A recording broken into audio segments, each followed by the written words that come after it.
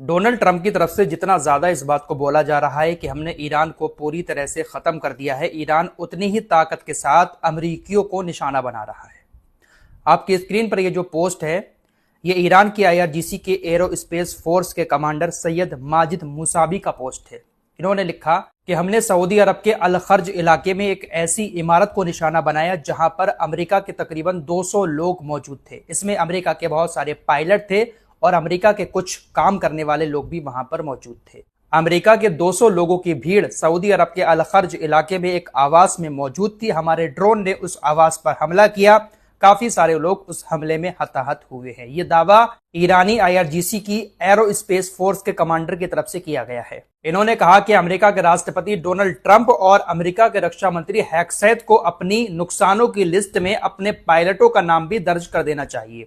हमने अमेरिका के radar system को तबाह किया, हमने अमेरिका के तेल के भंडार को तबाह किया, हमने अमेरिका के लड़ाकू विमानों को तबाह किया।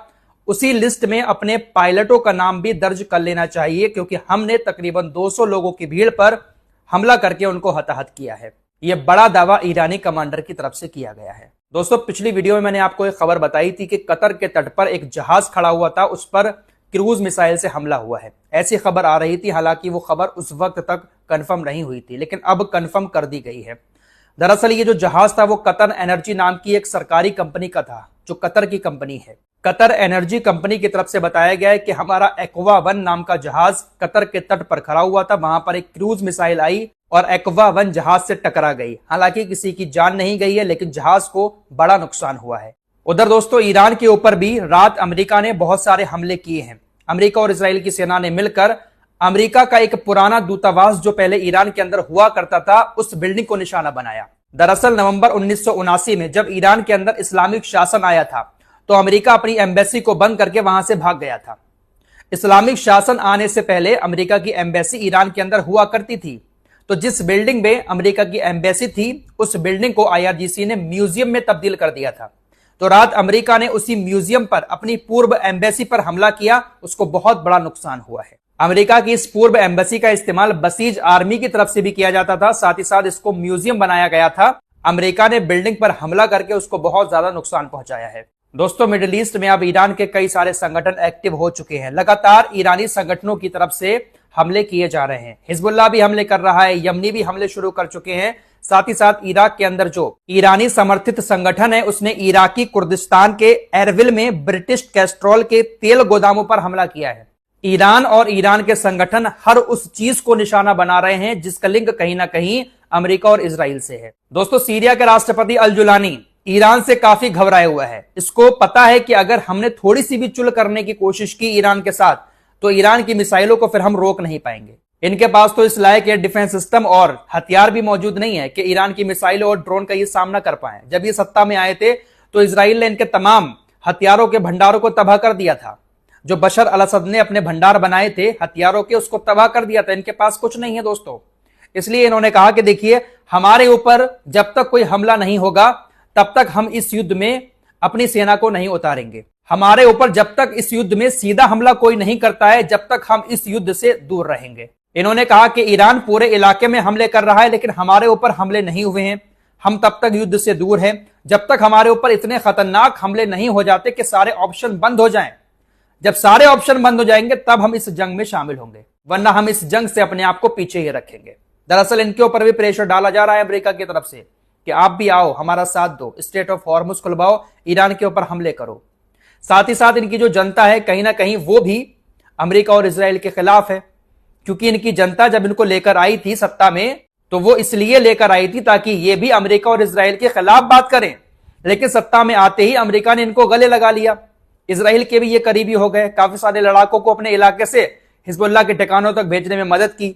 लेकिन इनकी जनता का दिल कहीं ना कहीं अपनी उम्मत के साथ ही है। आज रात सीरिया के अंदर सीरिया के लोग सड़कों पर उतरकर विरोध प्रदर्शन करेंगे इजराइल के उस कानून के खिलाफ, जो कानून इजराइल की नेसेट में परसों पास हुआ है। आपको बता चुका हूं कि इजराइल अब जिस फिलिस्तीनी को भी चाहेगा फांसी पर लटका देगा। इजराइल की जेल में जो फिलिस्तीनी बंद हैं, ये कानून स्पेशली उनके लिए बनाया गया है। जिस जुर्म की सजा फिलिस्तीनियों के लिए फांसी है, उसी जुर्म की सजा इजराइलियों के लिए नॉर्मल कैद है।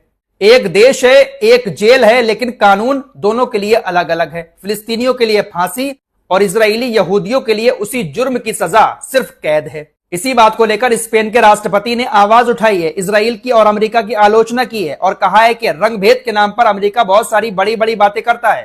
काले और गोरों में फर्क को लेकर अमेरिका के अंदर कानून भी है। स्पेन के राष्ट्रपति ने कहा कि इजराइल का यह कानून रंगभेद वाले कानून के जैसा ही है, फिलिस्तीनियों के लिए अलग सजा और इजरायलियों के लिए उसी जुर्म की अलग सजा। सरासर यह नाइंसाफी है।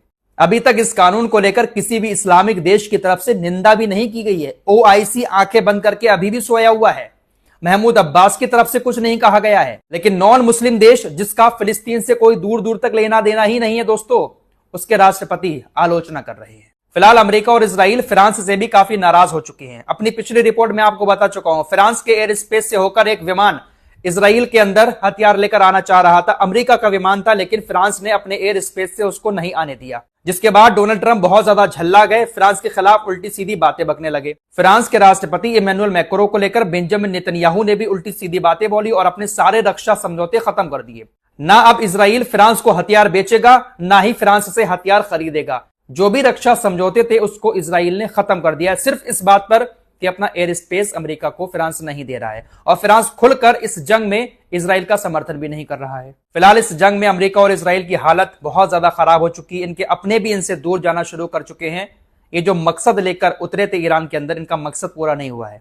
अगर ईरान को अभी ये हरा देते तो यकीन मानो दोस्तों, फिर पूरी दुनिया इनसे डरने लगती। लेकिन ईरान ने पूरी दुनिया को हिम्मत दी, पूरी दुनिया को हौसला दिया इनके खिलाफ खड़ा होने का। आज ये जो यूरोपीय देश इनसे भाग रहे हैं ना, इनकी बात नहीं मान रहे हैं, इसकी सबसे बड़ी वजह ईरान है। ईरान ने दिखा दिया पूरी दुनिया को कि ताकत कितनी भी बड़ी सामने हो, अगर हिम्मत के साथ सामना किया जाए तो किसी को भी हराया जा सकता है। इस रिपोर्ट में इतना ही। कुछ और खबरों के साथ फिर हाजिर होंगे। अपना ख्याल रखिएगा।